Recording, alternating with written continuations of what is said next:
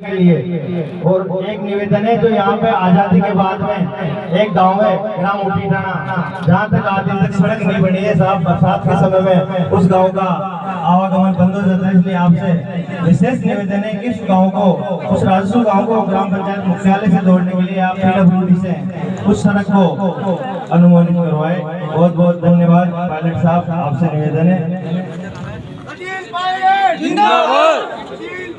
Pilot साहब से निवेदन करता हूँ कि आपके आशीर्वाद सब दो।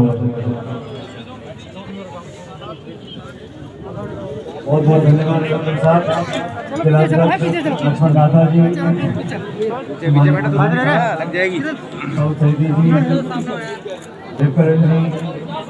मंच पर उपस्थित सभी पार्टी के नेतागण, जनप्रतिनिधि, साथियों, बुजुर्गों, माता बहनों, प्यारे बच्चों, हमेशा आप लोगों ने बहुत स्नेह और सम्मान के साथ स्वागत किया, उसके लिए मैं आभारी हूँ आप लोगों का। और अभी ये हमारे नौजवान सरपंच जो चुनाव जीत कर आए हैं, उन्होंने चारदीवारी के लिए, स्वास्थ्य केंद्र के लिए और सड़क के लिए जो बात करी है, पिछले 1.5-2 साल में 6 करोड़ रुपए का भी हमने पंचायत में दिया है। इसके अलावा भी जो काम साथी ने सारी कामों को करवाएंगे, काम में विकास में कोई कमी नहीं आएगी। पिछले 6-8 महीने में लॉकडाउन रहा, कोरोना की वजह से निवेश भी कम हुआ, सड़कों के अंदर काम भी कभी धीमी गति से चले, लेकिन अब बहुत जल्दी और बहुत तेजी से इन सब कामों को हम लोग करवाएंगे। इसकी स्टाफ छोड़ दो साहब, लेकिन गाँव वालों को, पंचायत वासियों को बताना चाहता हूँ कि देश में आज किसानों पर बड़ा संकट है और इसके विरोध में जो कानून बने हैं, भारत सरकार ने 3 कानून बनाए हैं, उन कानूनों के विरोध में पूरे देश का किसान आज एकजुट हो चुका है। हिंदुस्तान में पहली बार ऐसा हुआ है कि समर्थन मूल्य से हटकर हम बात कर रहे हैं। किसान मेहनत करता है, उसको समर्थन मूल्य हर सरकार देती आई है, लेकिन इस बार सरकार ने कानून बनाया है कि निजी कंपनियां, बहुराष्ट्रीय कंपनियां, बड़े बड़े उद्योगपति आपका साथ ले सकते हैं। कहीं प्रावधान नहीं किया कि न्यूनतम समर्थन मूल्य किसान को मिले। हम चाहते हैं किसान समृद्ध हो, उसकी आमदनी बढ़े, लेकिन ये जो कानून बने हैं इसमें कोई प्रावधान नहीं है। कानून ऐसा बनाया है, किसानों से बिना पूछे बनाया है, राज्य सरकारों से चर्चा नहीं करी। आज 50 दिन हो गए, हजारों लाखों किसान दिल्ली की सीमा पर बैठे धरना दे रहे हैं कि कड़ाके की ठंड में कितने किसानों की जान चली गई, कितनों ने आत्महत्या कर ली, उनकी आवाज सरकार सुन नहीं रही। सरकार का जो सहयोग देने वाले दल थे, अकाली दल हो या हनुमान बेनीवाल जी की पार्टी हो, उन सब ने अपना समर्थन वापस नहीं किया। 24 राजनीतिक दल किसानों के संघर्ष में उनका साथ दे रहे हैं। हम इतना चाहते हैं कि सरकार अपना अहम, अपना घमंड, अपनी जिद छोड़े, इन 3 कानूनों को वापस ले और आने वाले समय में किसान को और चर्चा करके उसके पक्ष के नियम कानून बनाए जाए। किस किसान ने मांग रखी थी प्रधानमंत्री जी से कि बड़े बड़े उद्योगपतियों को छूट दे दो, मंडियों को बंद कर दो। अगर मंडी बंद हो जाएंगी, समर्थन मूल्य समाप्त हो जाएगा, तो औने पौने दाम में बड़े बड़े उद्योगपति हम लोग मजबूर हो जाएंगे।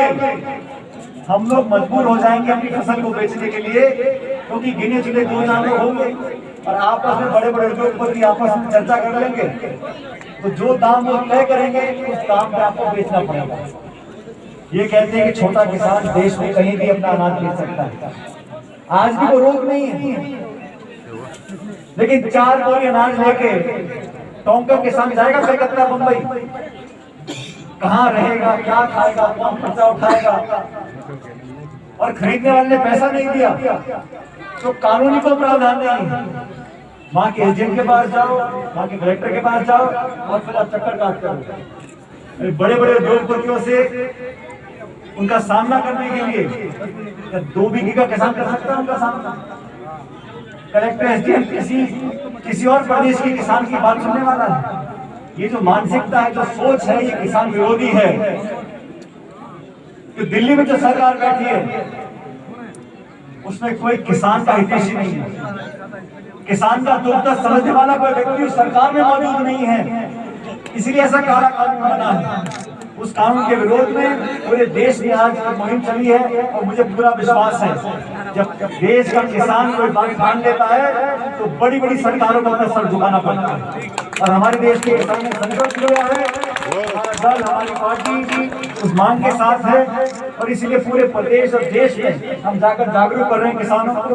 आप कल्पना करो, अपना घर बार छोड़ के बड़े बुजुर्ग किसान अलग अलग राज्यों के इस ठंड में आसमान के नीचे सड़कों पर बैठे हैं। 50 दिन हो गए, 9 बार वार्ता कर चुकी सरकार, नतीजा कोई नहीं।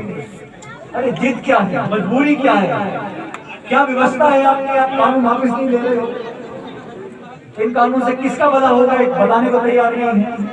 और मैं चुनौती दे रहा हूं सरकार को कि किसी भी यहाँ हमारे घाट खा जाती किस किसान से बात कर ले और किसी से चर्चा करने बता दे कि कानून से किसका फायदा होगा, हम आंदोलन वापस ले लेंगे।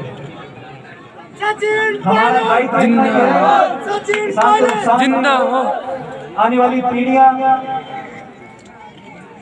जमीन के मालिक की जगह उस पर मजदूर बनकर रह जाए तो देश समाप्त हो जाएगा। 2/3 देश की जनता कृषि पर निर्भर करती है और मुझे बड़ा खेद होता है जो लोग आज गांधीवादी तरीके से 6 हफ्तों से वहां ठंड में बैठे हैं, उनको कहते हैं नक्सलवादी हैं, ये माओवादी हैं, ये अलगाववादी हैं, ये आतंकवादी हैं। अपने किसानों का, अपने अन्नदाताओं का अपमान करना ये ठीक नहीं है। इसलिए आप लोगों से निवेदन करने आया हूं, आप सब अपनी पंचायत का, गांव का विकास की चिंता छोड़ दो, वो जिम्मेदारी मेरी है। सरकार हमारी है, जितना काम आप चाहोगे उससे ज्यादा काम आपकी पंचायत में होगा। ये लड़ाई, ये संघर्ष किसान कौम का है, 36 बिरादरी का है। इसमें कोई जाति धर्म नहीं है, कोई पार्टी वार्टी नहीं है। किसान एकजुट है, अपनी मांग को लेकर आगे बढ़ रहे हैं। आप लोगों को सिर्फ जागरूक करने के लिए, आपको सचेत करने के लिए मैं आज आया हूँ आपके बीच में। पिछले महीने जैसा मैंने कहा कोरोना का समय था, अब धीरे धीरे बीमारी कम हो रही है, लेकिन फिर भी हमें सावधान रहना पड़ेगा। और जो आपने PHC की सड़क की चार्जदारी की बात की है, उन सब कामों को कराइए। घास की हमेशा कुछ आशीर्वाद ताकत की है। और सुनो, आप सब लोगों की ताकत है, आप सब लोगों का आशीर्वाद है कि सच बोलने से मुझे कोई रोक नहीं सकता, हक अधिकार बात से कोई रोक नहीं सकता।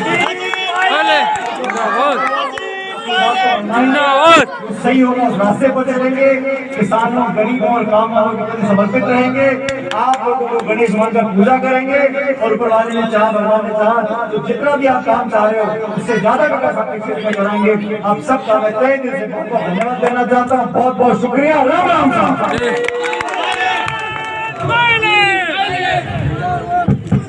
I love you. I love you. I love you. I love you. I love you. I love you. I love you. Sachin Pilot.